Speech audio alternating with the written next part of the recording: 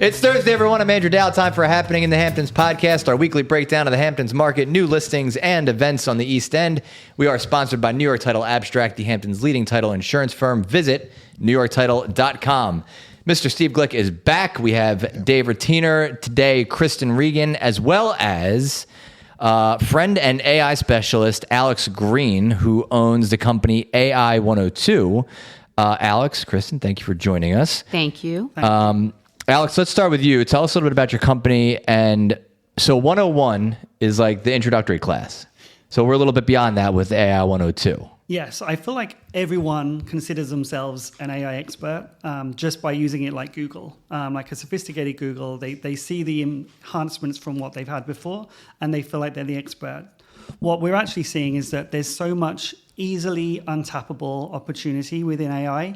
And that's what I've been teaching initially to corporate executives, but now I've recently been focusing in the real estate industry. And so what AI 102 does is it takes your interactions with AI from a question and answer session and a really enthusiastic assistant that will agree with everything and will fire everything up for you, to an actual strategic thought partner that works alongside you, that challenges you where needed, that proactively offers different levels of advice that maybe you didn't see before, and ultimately unlocks multiple hours of time from your day just by providing what you need at the first or second attempt rather than requiring 8, 9, 10 prompts to get close to what you're thinking about. Before we get too deep into this, I want to address kind of the one thing that is, there's people that are adopting AI and they go, this is great, or they're learning it, or they're willing to learn it. And then there's the other half that goes, this is going to be the end of the world, right? The naysayers, the doomsdayers, right? You had an interesting anecdote when we were preparing for this. So for the people that are like, AI is going to take over. Yeah, like, am I the only one around here that's seen Terminator 2? Right, right. You know, it's like, what are we doing? So you had a good comment. I was like, he's right. No, I agree. I think that everyone is, at a certain level, everyone is scared of AI and what it's going to become. In the 1950s, everyone was scared of the dishwasher that was launched. When people started using the internet, they were scared to put their credit card details online. Remember Y2K? Yeah, I was very like scared. literally, the world is going to end. It's going to reset to the Stone Age. That was a real concern, which now seems crazy. I remember I was at a party and I remember feeling like disappointed almost. I was like, oh, right, yeah, that's weird. Like the ball dropped at something was midnight. going to happen. But that was a real concern. That people were like, "This is going. The 2000s going to hit, and we're going to reset to the Stone Age," and it feels a little bit similar now. But you have a point. Like people, we'll have to adapt, adjusted, right? And it's turned into a business tool. It's I feel like over even from 6 months ago to now, the feeling of the regular user of AI has been one of fear to one of adoption and understanding. None of us really know where it's going to go, but in terms of day-to-day use and trust that people are putting into this, I think that it's leveling out and people are feeling more comfortable. It'll be something that's part of life and part of work and business. So you're not worried about it turning on us all and having it and it turning into its own, creating their own language and it's alive. Yeah. I'm definitely treating it with respect in case that does happen. Yeah. But no, now I'm not too worried about it. So where does someone begin, right? So they want to get into AI. There's all these programs out there. We mentioned a couple before on this podcast. You have ChatGPT, there's Grok, there's Claude. Like, what is someone? Where does someone begin to start interacting and using AI? Yeah. What's your best advice? There's thousands out there, and it seems like there's a new one every week. Yeah. I would say go with one of the two big players, ChatGPT or Claude. Okay. Claude is relatively new on the scene. It's from the original makers of ChatGPT. They moved over and created their own separate version. They're both free and generously free as well. You can have a lot of interactions before you hit the paywall. And if you've never used it before, treat it like Google. Ask it questions that you would put into Google and just see the differences.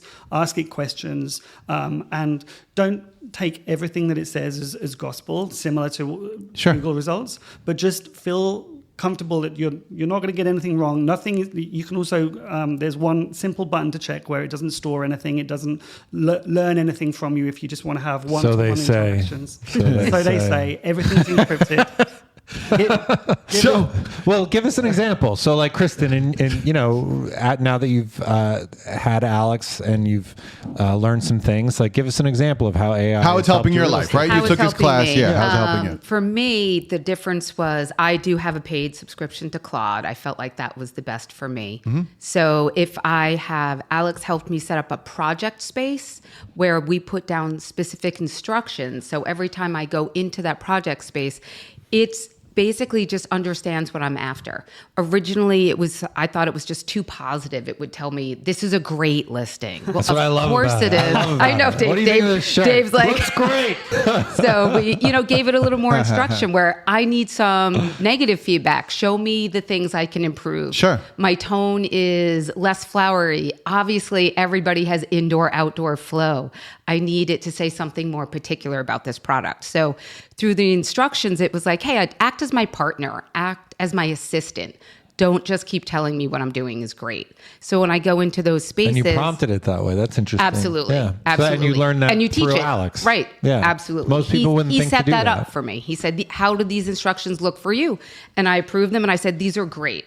Then I go into my project and it's speaking to me like a very angry 16-year-old that thinks it knows everything about real estate when it doesn't. So I went back in the instructions and was like, okay, this isn't the tone I'm after.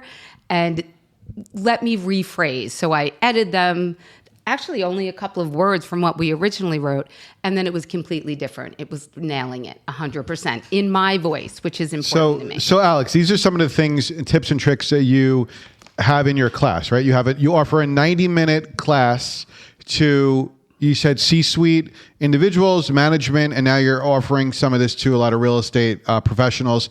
Is it one class, one time only? That's it? What happens if they want to do another class with you? You have version 2, or is it?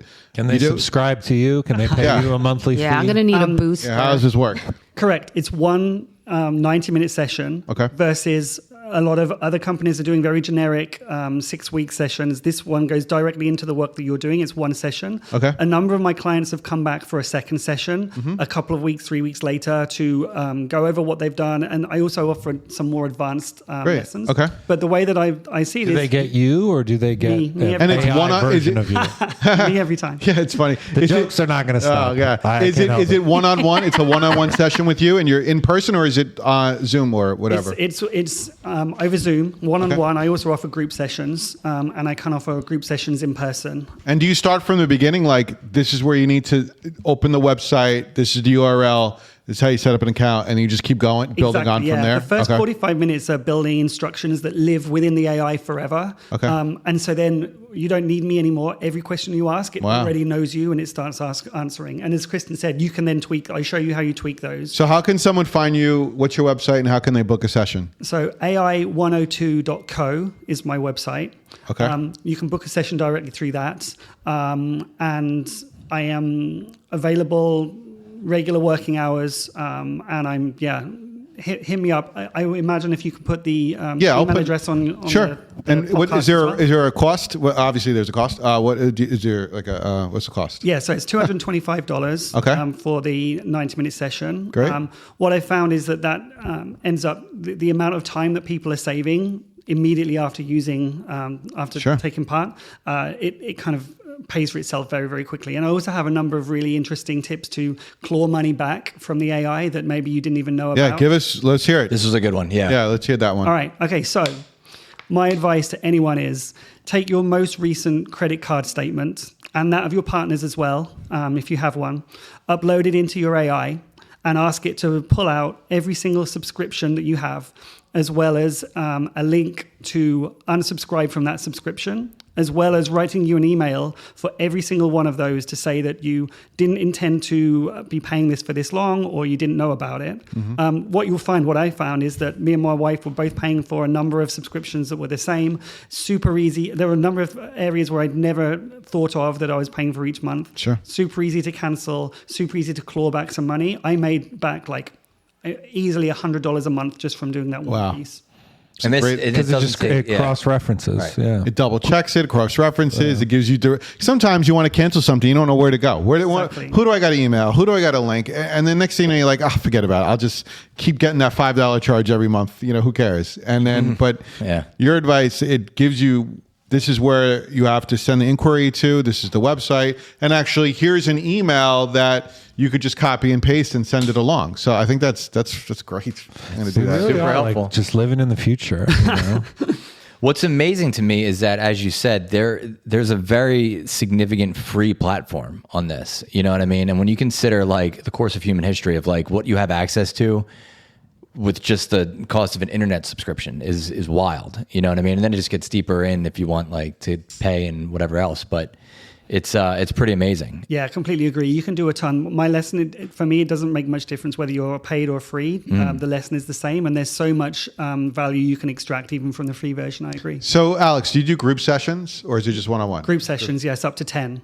Wow, I think I'm signing up. I'm gonna get it. We're gonna do it all. I mean, we got to do it. A group It session makes such a big difference. Yeah, I think we're all using AI in some capacity, and we're all using our own tips and tricks of what we think we're doing it. But I'm sure no one ever had a class or educated us on like, hey, this is the right way to do it. Here's some things you may not know.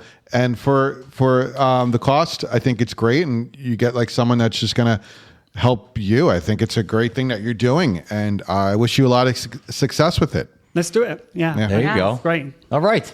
Kristin, let's talk about some real estate. What do you have? What do you want to share? What's on the market? I'd like to discuss 31 Edward. It's the fourth project by Corbell Developments. Last year we sold 142 Shore Road. The year before that on Deerfield. Oh, these guys are great. Yeah. These guys are fantastic. They do a good product. Fantastic. Great product. So this is their first fully new product. It's in the Village, Southampton. It's 7595, and we are just having the walls go in. The windows are there. The pool is dug. So now you're really seeing the product come together. This is a beautiful house. It's so beautiful. And even in the last product, you couldn't tell the difference between the final product and the renderings. That was People great. Kept thinking I had the renderings up and they were actual pictures. Yeah. So we're working with We Plus Architecture and Design. It's a very quiet cul-de-sac street. So it's, walk to the Village, you're in the Village, but you're not listening to any, you're set back from your neighbors. So we've got 7 bedrooms, 8.5 bathrooms, pool, hot tub, spa, garage, pool house. And we're It's a lot for the Village. It's a lot. Wow. They did a really thoughtful project on this property. And I like the headline, beautiful. Single level luxury. It is. I like the bedroom that looks right out to the pool. Yeah, that's the primary. That's so cool. And sort of the most interesting feature is a living atrium in the interior, which is hard to tell in renderings, but you enter and it's a 2-story living atrium, which will have trees growing up from the lower level. That's what I'm looking at. I saw a staircase. These guys are good. And I said, they're so good. And we go every Tuesday and going? tweak every detail. They're so thoughtful. Yeah. And, we're just almost there. So mid-June. So there can be some summer 2026. And we have some great action there. It's nice when you see good builders, you know what I'm saying, and you have. It's nice when an agent like yourself has the experience. You have so much confidence in the builder, because you know, absolutely, and they're you so have the responsive experience to questions, and they're so responsive to the needs of the buyer, and then they stand behind their product, and they're constantly involved in, their previous purchase. They want to make some changes, and they're helping them make those changes. So. Nice. Yeah, it's a fantastic relationship, and the builders are Mickey Klein and Michael Cohen, and they are just amazing. Yeah. Perfect. Nice spot too. Great spot. This is great. Good luck. Thank you. All right, let's talk big picture, Steve. What are we looking at for the numbers? All right, 18 listings went into contract this past week. 28 listings went into contract this time last year. Decrease of 36%, and 2 years ago it was 26 listings, decrease of 31%. So a little slower than normal with 18 listings going into contract, but still plenty of activity in all price categories. The breakdown was 1 between 10 and 15 million, 2 between 5 and 10 million, 7 between 3 and 5 million, 2 between 2 and 3 million, 4 between 1 and 2 million, and 2 deals under $1 million. The dollar volume was 62 million. Last year was 104 million, so a decrease there of 40%. 2 years ago, the dollar volume was 103 million, so a decrease of roughly 40% as well. New listings coming onto the market, 39. That's a big number again. Last couple of weeks we've been seeing in the high 30s. 39 new listings that came on, increases inventory by 21 listings. And out of those 39, there's in all price categories, 1 over 20 million, 1 between 15 and 20 million, 2 between 10 and 15, 5 between 5 and 10, 6 between 3 and 5, 10 between 2 and 3, 12 new listings between 1 and 2 million, and 2 under a million. The inventory is at 1,709 total listings, 1,356 active, and 353 in contract. So again, another week of a plus in the new listings column. So the inventory keeps increasing slowly, which is good to see. And there's still some deal flow happening as we are in spring. 1,700 active? Yeah. Getting closer to that 2,000. There's 1,700 total listings. 1,356 active. Oh, gotcha. It's still yeah. It's still low inventory It's still compared to years insanely past, low, but this is but kind of it's the nice new. to see it creep yeah, up a this is little. kind of the new norm. Nice. But the good takeaway is more inventory is coming on. As spring is coming, we're seeing a lot of new listings come on in all different price categories. So Perfect. It's good to see. Perfect. Dave, what do you got this weekend? Lots of good things. In East Hampton, you have the aperitivo. How do you pronounce that? Aperitivo? What is that? What is an aperitivo? It's a sunset. It's a cocktail. It's a sunset cocktail. So that's at the Baker House in East Hampton, which is a beautiful spot from 5 to 8 p.m. April 24th. It's a wonderful meeting place, and it's not about the it's more of like a social thing that you do in East Hampton. So it's at the Baker House. And you can indulge in delicious cocktails crafted by their talented mixologists and immerse yourself in the luxurious ambiance of the historic inn while enjoying sunset views. Man. I actually have done that. It's lovely. Yes, and for people, great. and a lot of people aren't drinking, but you can get the mocktail, which is fun. There you go. I had a mocktail the other day in Sag Harbor, and it had super hot peppers in it. Oh. And it was not fun. It was a lot. It was a lot. But it was fun. With no alcohol it's like an adventure. to cut that. Yeah, it was like an adventure. Let's see. Andrew Dowd, your daughter's in ballet. Steve Glick, your daughter's in ballet. I'm sure you're aware of this. The Hampton Ballet Theater School is presenting Sleeping Beauty at Guildhall in East Hampton from 7 p.m. to 9 p.m. April 24th. So if you're into ballet, that should be there fun. You go. Cool. Are they in that one? No, they're not in that one. That was last weekend. We did one, a Sleeping Beauty in West Ham Beach Performing Arts Center last weekend. Got it. I guess Sleeping Beauty is ballet the thing. school, but I guess She's that's the thing resting this year. everywhere. Sleeping Beauty is the theme, I guess, of the season. Right? Got it. It's a great movie. It's one of the best movies I've ever seen. Sleeping Beauty. It's a good one. All right. All right. So then, speaking of movies, Sag Harbor Cinema has The Stranger, which is also April 24th from 4 p.m. This is a very unique unique production based on the classic novel. So I always recommend to go to Sag Harbor Movie Theater. It's a lot of fun. And then they have the rooftop bar up on top there, and then you can tell spring is here because Lunch Lobster Roll is opening on Montauk Highway in Amagansett this weekend. So if you want to get an insane lobster roll, the best of the best, literally on the planet, wow, you can go to Lunch and say they're really good. They're not great cheap. name for a but they're lunch good. spot. Great Right? name for a restaurant. So Lunch. there you go. Right. They should open up a sister restaurant called Dinner. I'm on a roll. Full of dad jokes today. All right. I like it. That's what's going on this weekend in the Hamptons. Cool. All right. Anything else before we let you guys go? No, thank you so much. Yeah. This was amazing. Of course. Alex, thanks for joining us. Great insight. You could really kind of go down a rabbit hole with AI. There's a lot to cover, a lot to do, but it's a great intro. If anybody's looking to get started, we can reach out again. That's AI102.co. And we'll call that a podcast today. Thanks so much for joining us, everybody. Thank you for having us. Thank you so much. Of course. I'm Andrew Dowd. That's what's happening in the Hamptons.